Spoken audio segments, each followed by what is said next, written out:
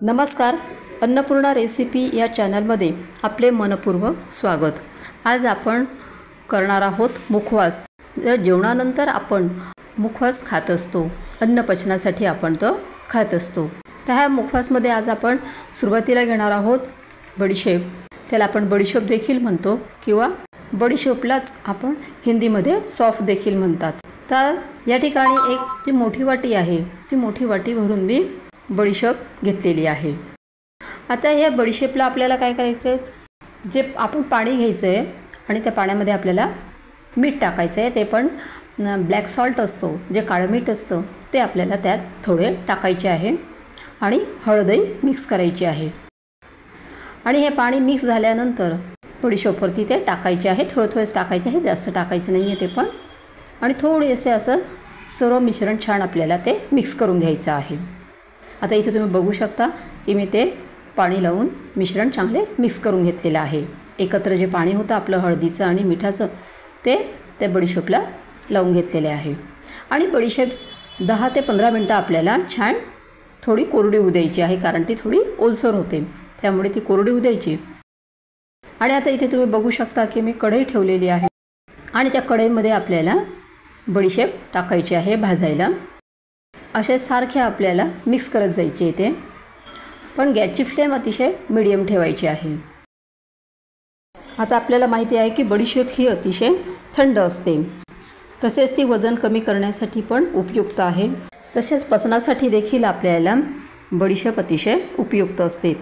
त्याचप्रमाणे आपल्याला जर ॲसिडिटीचा त्रास होत असेल, जेवणानंतर आपल्याला ॲसिडिटीचा त्रास होतो किंवा आपल्याला पित्ताचा त्रास होतो, तर बडीशेपने तो कमी प्रमाणात होतो किंवा होत नाही। तसेच स्नायूंचा त्रास कमी होण्यासाठी सुद्धा बडीशेप उपयुक्त आहे।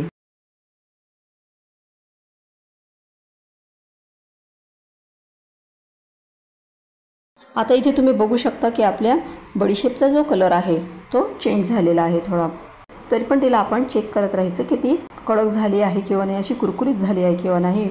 जर झाली नसेल तर ती आपल्याला अजून होऊ द्यायची आहे। आता इथे तुम्ही बघू शकता की आपल्या बडीशेपला छान आता कलर आलेला आहे, म्हणजे आपली बडीशेप आता छान झालेली आहे। त्यानंतर मी या ठिकाणी तीळ टाकलेली आहे। तीळ ही जी छोटी वाटी होती ती फक्त अर्धाच वाटी मी तीळ टाकलेली आहे। त्या तीळमुळे आपले जी हाडं आहेत ती मजबूत होतात, तसेच रोगप्रतिकारक शक्ती देखील वाढत असते, कारण तीळमध्ये मॅग्नेशियम, कॅल्शियम असते, झिंक असतं। त्याचप्रमाणे तीळमध्ये फायबर असते, म्हणून आपले पचन देखील सुधारण्यास मदत होते।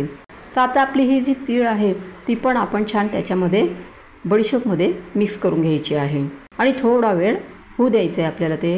आणि आता या ठिकाणी आपण ओवा टाकून घेणार आहोत। जी छोटी वाटीने मी तीळ मोजून घेतलेली होती तेवढंच आपल्याला ओवा घ्यायचा आहे। तीळ आणि ओव्याचं प्रमाण हे आपल्याला सारखंच ठेवायचं आहे। आता या ठिकाणी मी ओवा देखील छान अशा मिक्स करून घेत आहे। थोडा वेळ त्यालाही छान आपण भाजून घ्यायचे आहे। आता ओव्यामुळे आपल्याला माहिती आहे की पचनशक्ती सुधारण्यास उत्तम असतो ओवा।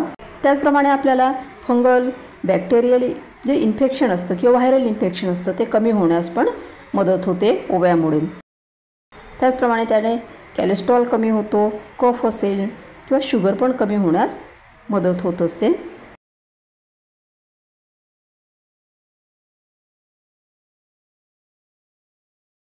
आता त्यानंतर आपल्याला या ठिकाणी जी धनाडाळ आहे ती टाकून घ्यायची आहे।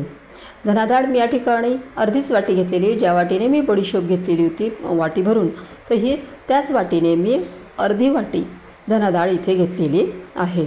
आणि ही धनाडाळ आपल्याला शेवटी टाकायची आहे, कारण ती धनाडाळ आधीच भाजलेली असते आपण आणतो त्यावेळेला, त्यामुळे ती थोडी वातळी असते। फक्त ती आपल्याला कडक करण्यासाठीच फक्त भाजून घ्यायची आहे। आता धनाडाळ देखील ही आपल्याला पचनासाठी अतिशय उपयुक्त अशी आहे।